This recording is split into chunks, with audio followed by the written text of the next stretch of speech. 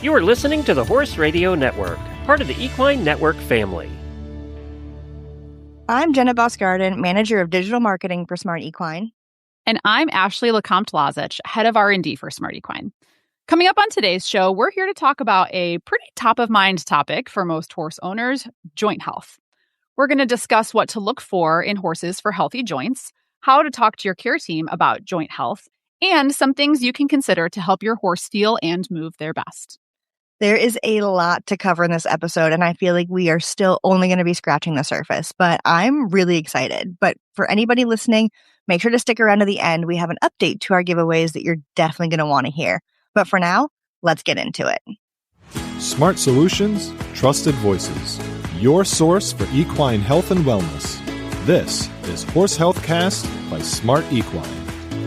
The discussions in this podcast are intended for educational and informational purposes and are not intended as veterinary advice. You should always consult with a licensed veterinarian or qualified equine health professional before making changes to your horse's diet or care plan.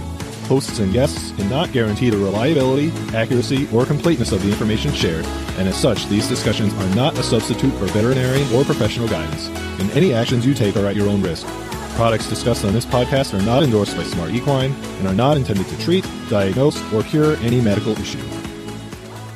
All right, here we are. First of all, it's really nice to have you back. So welcome back, Ashlee. Are you feeling restored and ready to get into some nitty-gritty, nerdy horse girl talk? I am. Thank you. Yes, I missed you guys on the last episode. Dr. Liz did an amazing job, but I'm so excited to be back. As I always say, the podcast is one of my favorite parts of my job. So excited to be back with you, feeling restored, ready to get into it. And what better topic to come back to than joint health?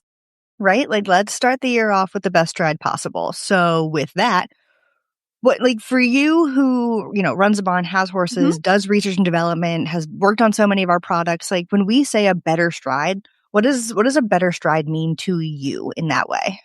Yeah, I think it can mean a lot of things, both, as a rider, as a product developer, as a scientist, but I think of it as free, comfortable movement, swinging back, nice free shoulders. There's nothing specifically hindering that movement, a willingness to work, a cooperative partner, right? Your horse has no reason to say this doesn't feel right, or I want to do this. And I think that also one thing that we consistently think about is that it's not just legs, number one. For some reason, I think a lot of people get stuck in legs when they think of joint health, but there are joints all throughout your horse's body. And I also think that aside from physical joints, we also have to think about bone health. Sure. Your bones are part of your joints, soft tissues that connect those joints, and then the musculature around those joints that supports them. So there's a lot of different pieces and parts that go into joint health besides just the physical joint capsule itself. Yeah, and that's a really good point, because I know when I think joint health, I immediately picture my horse's legs and how he's tracking and how he's using. But there's, like you said, there's joints everywhere. So that's a really good point. And I know for some folks at my barn and that I've talked to, a lot of times we don't think about joint health and joint care until horses are older. But since working here and spending so much time with all the Smart Equine folks, it's really re-ingrained that that's not just an older horse thing. The moment you have a horse that's going to be in work, you can be thinking about joint care.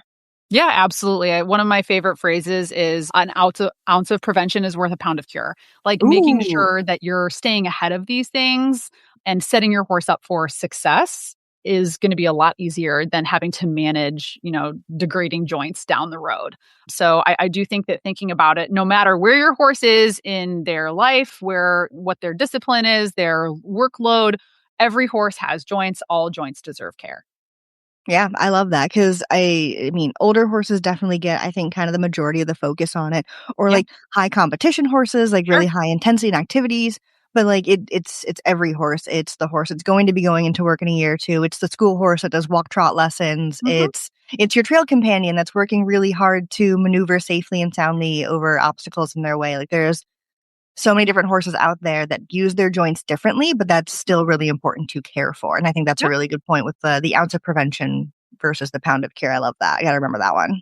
Yeah, I totally agree. And even just your pasture buddy that you're trying to keep pasture sound and comfortable.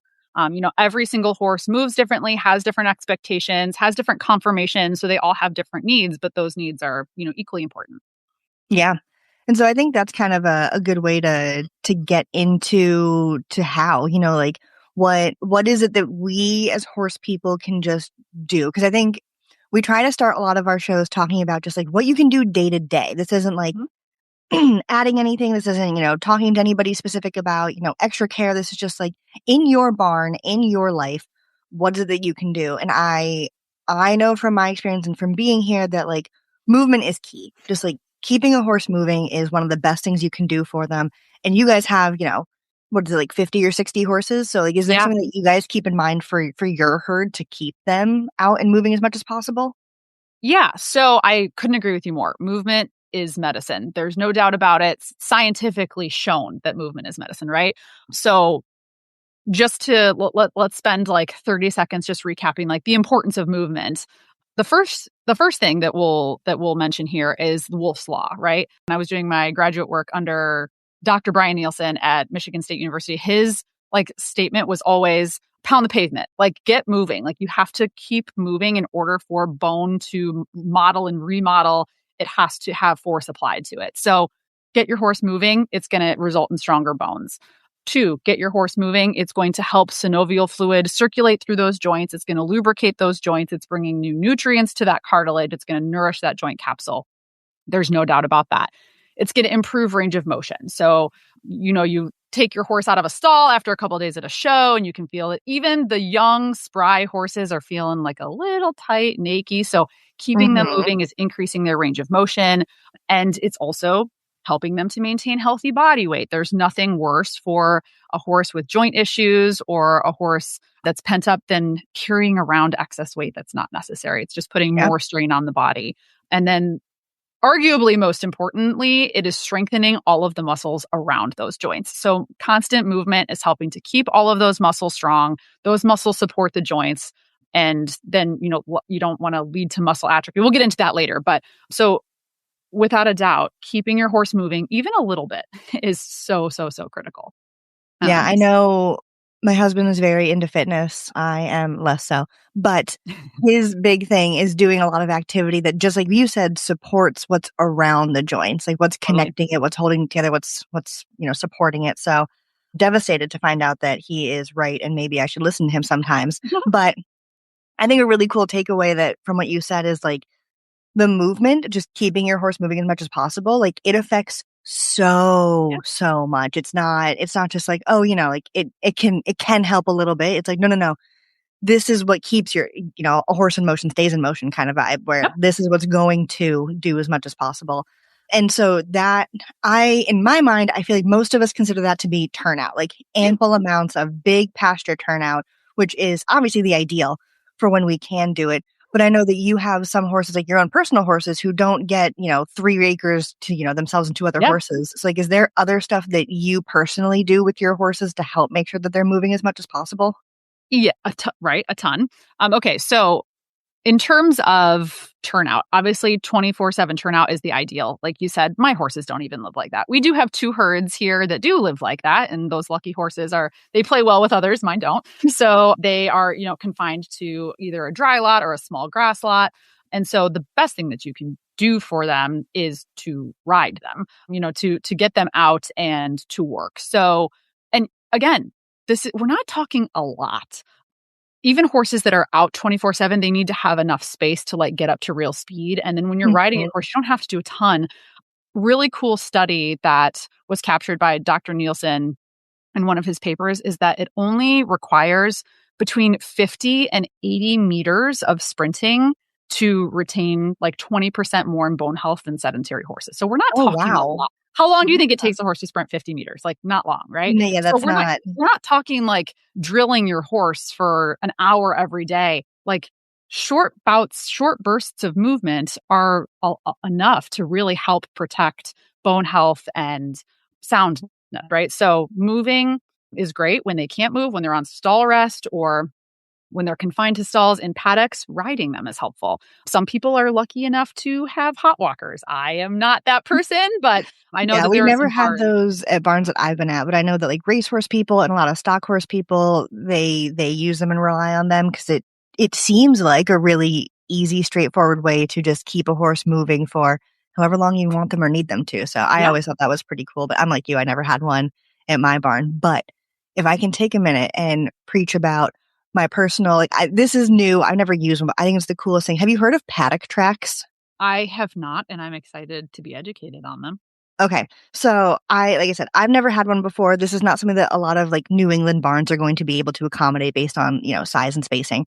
But something that I've seen a lot of barns in Europe doing, which is so cool, is taking, instead of our traditional big squares of paddocks that horses kind of, meander through to graze, they are taking all that space and turning it into essentially what could look like a racetrack system, where it's long looping lines around the property or within the property that is all fenced off. And then they go and they drop off piles of hay and forage and things, every couple 100 feet, yards, whatever it may be, however much space you have. So it truly encourages more actual movement throughout the day as they go from pile to pile that gets refilled. And some people I've seen take it like really next level. Well, they'll like almost like what I do for my cats for enrichment. They'll mix it up and they'll put logs in one section and then they'll remove that and they'll put sand somewhere in like a small layer and just give their horses something different to maneuver and do and use their bodies and think and be kind of a more natural version of moving around versus a very manicured, very beautiful Kentucky bluegrass kind of field. And there's nothing wrong with a big giant pasture. Like that's the dream when we think about our horses going out. But I thought that was such a cool, innovative way for people to encourage a natural way of keeping their horses active.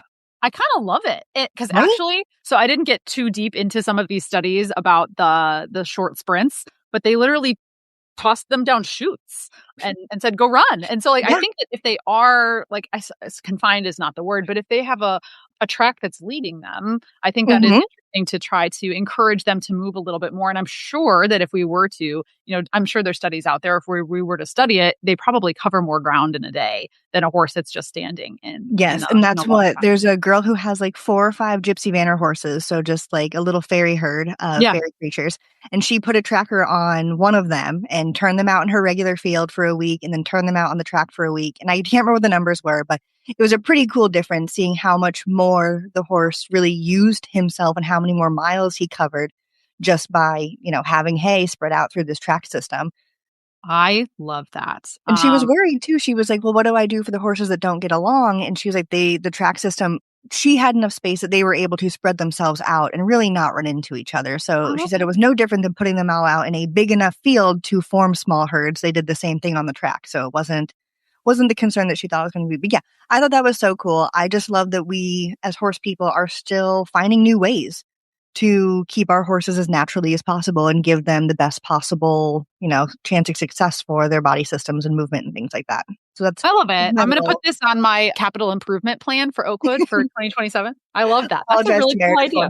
I will. So yeah, I think that is super cool. Obviously, in scenarios where horses, some of these horses are retired, they're not being ridden. Sometimes our riding schedules just, are not as free. Listen, I've got a little kid at home. Like I don't get out to the barn as often as I could. So, I love these types of natural movement. But then we also have like our intentional daily movement, right? Getting out to the barn, putting in the work. And again, some folks have hot walkers, those lucky dogs. I'm not one of them. So in the event that my horse is not being ridden for one reason or another, we have hand walking, which is, sometimes boring, but again, getting them moving, very good. When I worked at a barn, I was the hot walker. So I would go to get my horse out and move him around. But then once people caught on that I was doing that once or twice a day because I lived so close, I would get Venmo requests and be like, hey, here's X amount of dollars. Can you walk mine too? And for anybody who listens to podcasts, it's a great time to put on a podcast and just vibe. So it can be really great. Is kind of just, I liked it because I got to just walk around and hang out with my horse. But for everybody who couldn't do that and I got to do it with their horses, it felt good just to be able to get their horse out of the stall, pat them down, make sure they were looking good and let them move around a bit. Yeah, I love it. I'm a huge fan. Like when I'm at horse shows, my horses are out all day. They're just they're not in like a huge herd. They're in smaller paddocks. But like when I'm at a horse show, the first thing I do when I get there in the morning after my horse has been standing around for 3 days is walk. Like just take them out, go for a walk, get some grass, take them around the showground. So I'm a huge fan of hand walking in any scenario in which you need it. Yeah. And I think when we talked to Meredith in that earlier episode about winter horse conditioning, she talked about it too. So worth bringing up. when you do ride, so if you're not using turnout, or if you're using riding in addition to turnout and in addition to hand walking, just taking a really long time to walk them and let them warm up and let them do big gradual circles and figure eights and serpentines at a nice slow pace to warm their whole body up. And like, I personally think that's the most boring thing, because I don't really listen to music when I ride or put on a podcast because I'm a nervous creature. So like, I get that it's not the most fun thing to do, but like, there's few things more important than giving your horse that time, because that also, I think, really contributes to the overall like joint health, is giving them that time. Oh, I totally agree. So a long, slow, low warm up is going to, one, help to increase blood flow, get more oxygen to those tissues. So we've been standing around, we've been in our stall, even like, sitting outside. It's cold out right now. Yeah. Getting our, like, switching that gear into it's time to work and giving them an opportunity to move around and get that blood flowing. Great. Soft tissues obviously are going to need some time to get pliable and soft and elastic, and you're going to increase the range of motion slowly. So asking for a little shoulder in and a little more bendy and working on some lateral work, and I usually do this all at the walk, and really just encouraging them to use all the pieces and parts of their body and stretch it out. And I find that in doing that nice slow warm up really aids in injury prevention. Selfishly, you have a better ride. So we like that. But everybody's winning. It certainly does benefit them to take it low and slow in the beginning. Yeah. And so I think kind of like key takeaway really is just like, as you said, movement is medicine. So whether it's turnout, paddock track, hot walker, hand walking, really great warm up, really nice cool down. It's really just as much as your horse can move, let them or encourage them to move.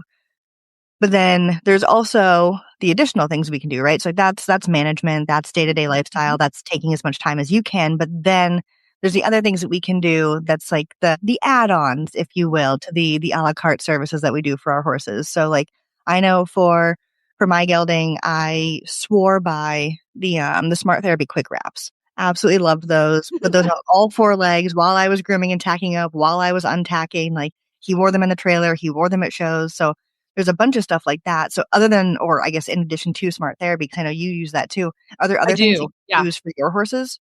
You know what? I'm like the big fan of proper warm up, cool down. And I also keep my legs naked. So like in the summertime, I don't boot my horses. So I don't particularly use ice boots, but I actually have 5 boarders that went in on a deep freezer together.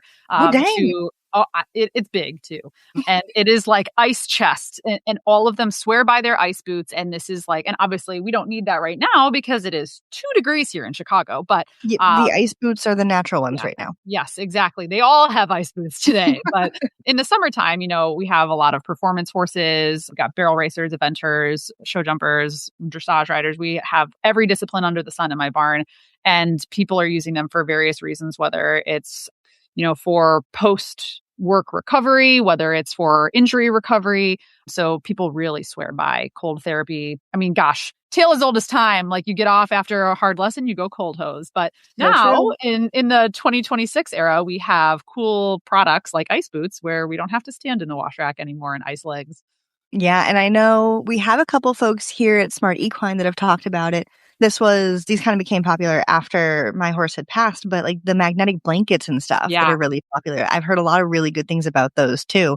So another add-on, like truly surface, put it on your horse kind of product that you guys can consider. I've heard a lot of really good things. Yeah, I think when we had Meg on the show, she did bring a lot of cool new concepts for new Smart Therapy products, like the mesh sheets and magnetic blankets. I think there were like some red light. So there's a lot. We have the red light therapies too. I almost forgot about that one. Yeah, I think there's a lot of options there for like the external, in addition to, proper diet and proper movement, helping them out in other ways, like with these blankets. And I think there were even like some magnetic bell boots. So there's a lot of really cool products out there that you can experiment with. And we'll tag a bunch of those too in the show notes for you guys, because there's a lot of Smart Therapy, there's a lot of therapy products, but there's definitely some cool ones that I think are worth exploring. And as our usual caveat note, if you are considering a topical therapy for your horse, always talk to your trainer and or your veterinarian. They're going to be able to direct you to the one that's going to kind of get the most bang for your buck, essentially, for what your horse's specific needs could be. So like for Ashlee's boarder, she used the ice boots. For my horse that used the ceramic fiber, like there's so many out there. If you're overwhelmed at where to start, make sure you talk to your care team. They'll point you in the right direction. And there's a lot of really cool stuff to try. 100%. And speaking of your care team, I'm one of those people, like many of us, where I was like, I think it's okay if I live off of French fries as long as my horse gets, like quarterly acupuncture and once a month chiropractic. And I will swear by the fact that I think that gave him so many more years of comfort than he really should have based on his confirmation. So like, I'm a big proponent of finding some really reputable folks in your area that can do that. Like my veterinarian did acupuncture, which was really, really cool. And then we had a body worker who started as like a human chiro, and he went into horses because his wife rode. So like he was really cool and had a lot of knowledge and always gave like a really cool write-up at the end of it and like circled things on your horse's sheet and gave you stretches and activities. And he knew a lot about like the products that your horse could wear. So finding some really good additional professionals, whether you think it's woo-woo or not, like it's always worth exploring and giving it a try. I don't know if you guys do anything. I feel like eventers are so much more logical than hunter jumpers. Well, we're not. No. No. We're not logical at all. This makes me feel so much better. Yeah, no. My budget for my horse's body work exceeds most other things in my life. So, and I'm not ashamed of that. Listen, do I go to a chiropractor? Nah, ain't got time, ain't got money. That's a different podcast. Okay, I'm obsessed. Shout out my chiropractors, Haley and Dr. Michelle are incredible. I like my horses are so used to feeling good from adjustments that like I can tell when they're ready for one. Ooh. It is like I can feel Andy's always in that left shoulder, always has been till he gets a little stuck in her pole. Like you can feel it when they're out. I'm obsessed with body work. Obviously, lots of different types of body work that you can go for. My favorite is chiropractic care. I used to, many moons ago, I used to ride along with a vet, Dr. Mari Hinken, and she was into applied kinesiology and chiropractic and acupuncture. And I learned so much from her, and I just became like a firm believer. And then you ride and you can feel the difference and you can see the difference. So chiropractic care, like you mentioned, acupuncture, even like soft tissue massages. Some people do Graston, laser therapy. There are so many things that you can do in terms of body work. And I'm a huge believer because like humans, I mean, gosh, you get a massage and you can actually feel the difference afterward. And I'm not an athlete. My horse is. So my horse has to carry me around all day.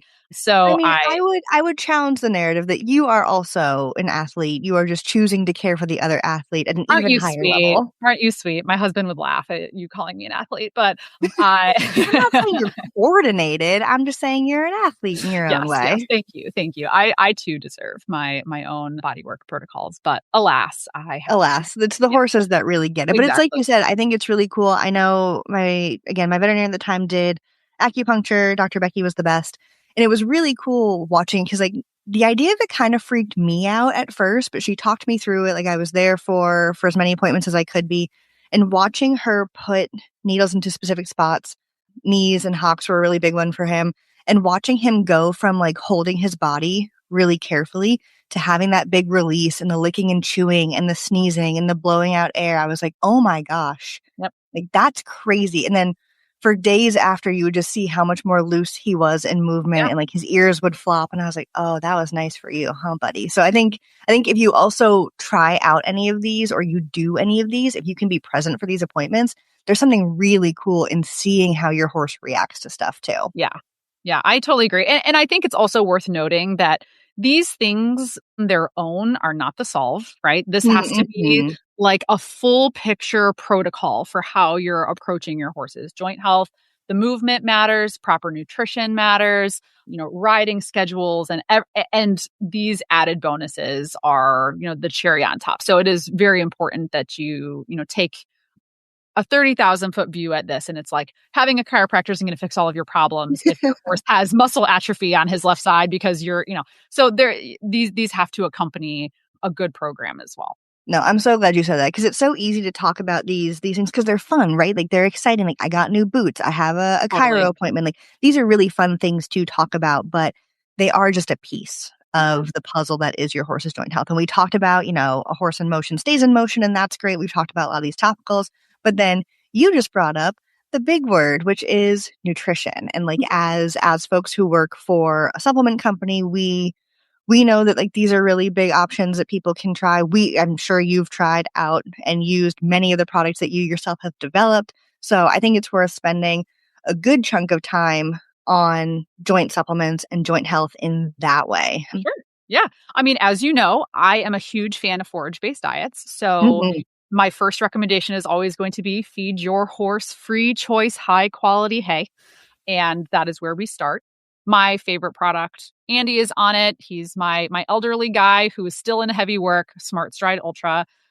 We talk about the like tried and true ingredients, the Mother Nature Big Three: glucosamine, chondroitin sulfate, hyaluronic acid, amazing collagen. And then we have really exciting new novel ingredients like resveratrol that are showing lots of promise in clinical trials to help aid in healthy inflammatory responses. Ultimately, we're hoping here to preserve really nice joint health with these ingredients. A Smart Stride Ultra. It's one of our products that does have a clinical trial behind it, which is really exciting, that demonstrated an increase in range of motion in the hock with consistent use. So Which is I pretty do trust cool. that product. I know. I love that. It's one of my favorite babies. But then again, we have products all up and down our assortment depending on your horse's workload, depending on their age, their discipline, and of course, depending on what your budget is. So we have Smart and Simple MSM. We have our Flex line. There is a ton of different products with different ingredients that are tailored directly to what your horse may or may not need. Yeah, and I'd love to take a second and kind of hit on the ingredient differences because I think after being here for as long as we have, we kind of understand what these different lines do and what we're looking for. But you just mentioned it, Mother Nature's Big Three versus resveratrol or MSM. Like, if we're looking at a joint health supplement, a joint support supplement, and we're seeing glucosamine, chondroitin sulfate, and hyaluronic acid, when you say Big Three, what does that mean?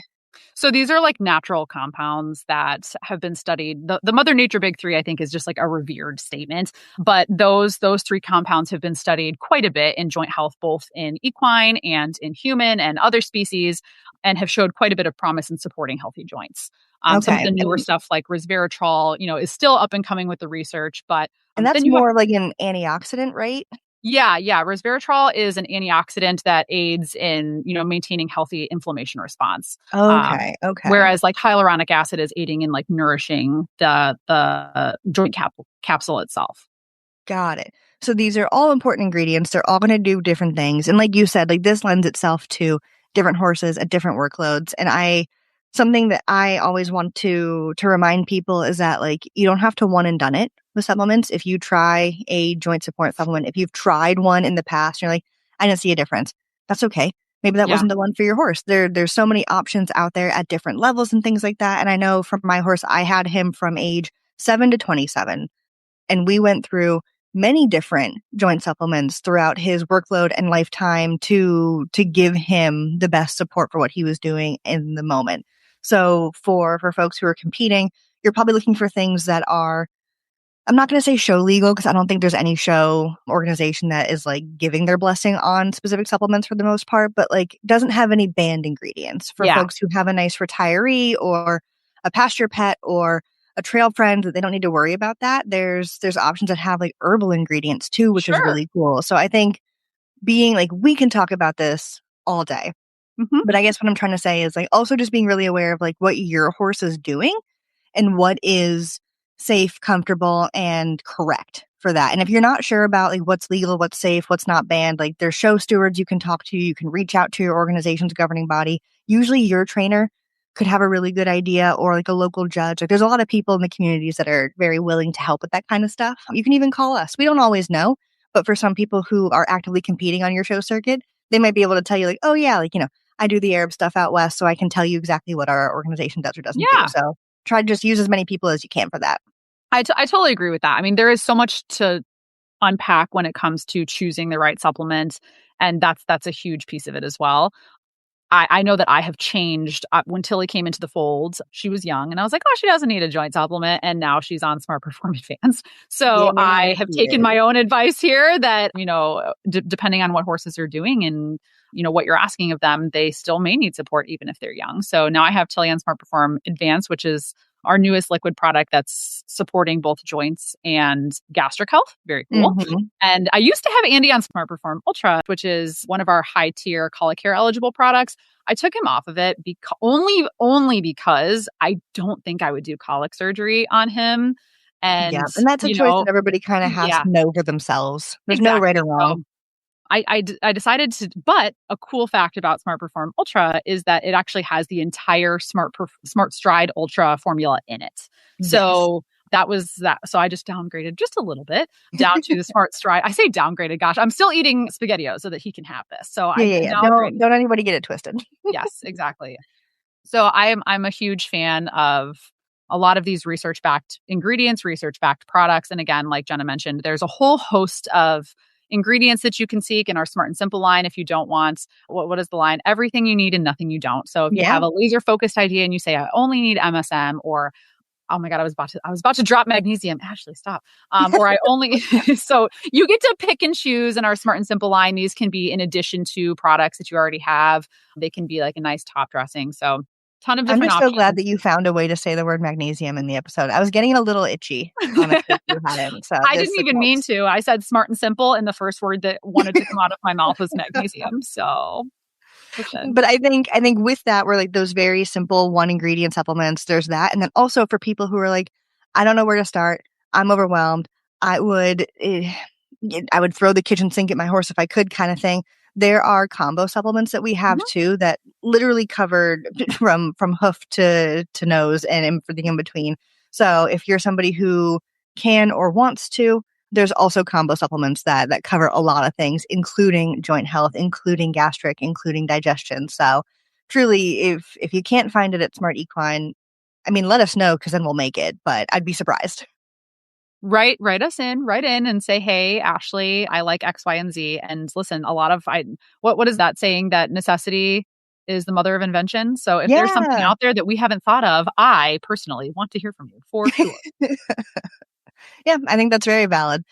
So we've gone through a lot of different options and supplements, and I think that's a lot of great places to start. And my always soapbox caveat is like, whatever you're already doing, great job. Genuinely, if you're a horse owner, it's hard, it's expensive. You're doing a great job just by being curious and wanting to learn more and taking thoughts in and having conversations with the people that also care for your horse. If any of these spoke to you, like, awesome. Do what you can, try what you can. And I think, I kind of brushed over it, but Ashlee, how cool is it that your boarders banded together to buy something that would work and benefit all of them? So like, community it if you can. If everybody wants, a really expensive, magnetic blanket, everybody go in and put up a schedule on when you guys are going to use it and things like that. There's always, not always, but there's very often ways to make things happen if it's not in your budget or your timeline to do it on your own. So I love that. I love that so much because we have like 3 or 4 boarders that also have like Magna Waves or Beamer blankets. And those things are like upwards of $20,000 sometimes. Yeah, it's so a small fortune. That's like a car or a new horse. So yes, certainly leaning into your community and you pooling resources to try to give your horses the best that you can is always an option too, because I certainly do not have a spare 20 grand to buy a Magna Wave. So I'm certainly glad that I have a barn full of folks who are willing to help Andy and Tilly out when needed. Yeah, absolutely. Okay. So Ashlee, with everything that we've gone through, for joint health, for joint mobility, for longevity and soundness, what would be like your number one thing that you would hope somebody would consider or take away from what we've talked about, from everything, which is like a big ask, I know.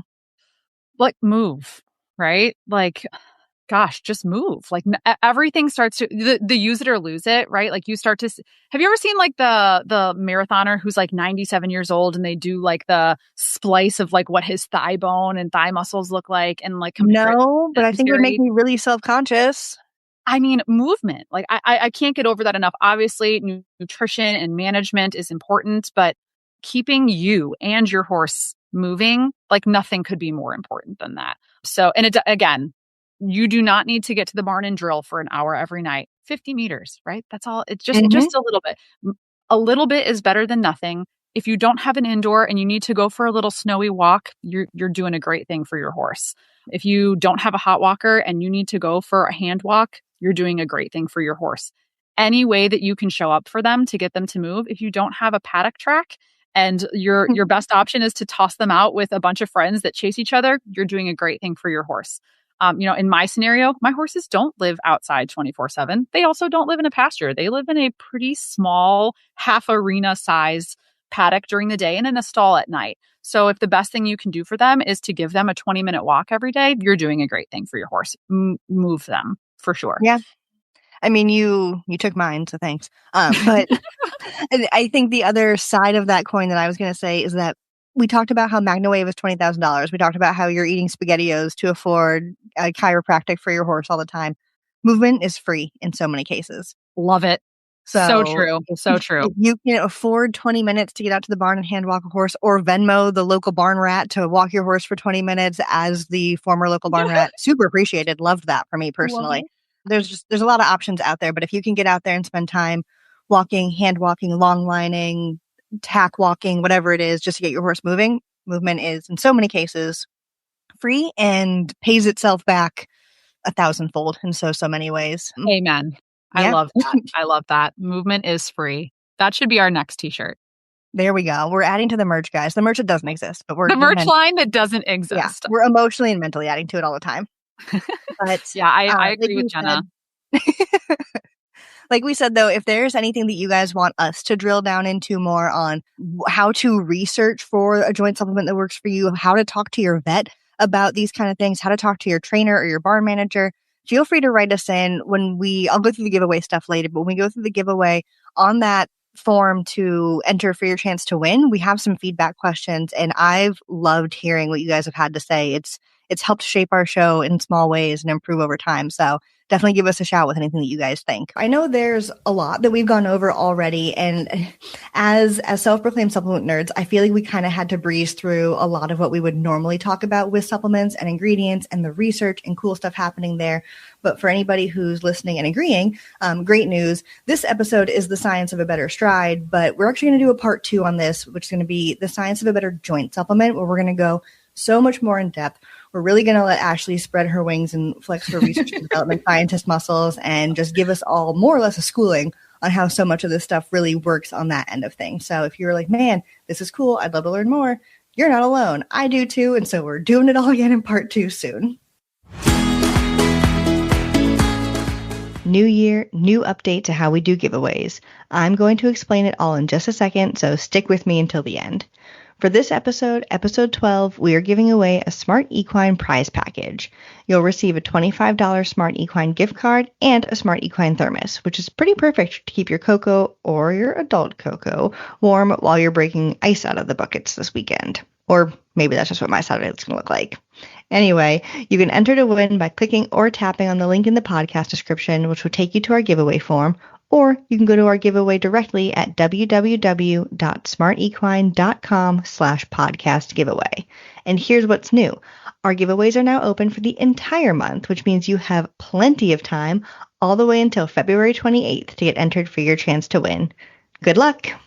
You can find links to today's products in the show notes on your podcast player or on the website at www.smartpakequine.com/blog. We're here twice a month on the 15th and 30th, but in between, you can find us on Instagram and Facebook as Smart Equine, or you can shop online at smartequine.com. So until next time, stay smart, stay moving, and give your horse a cookie from us.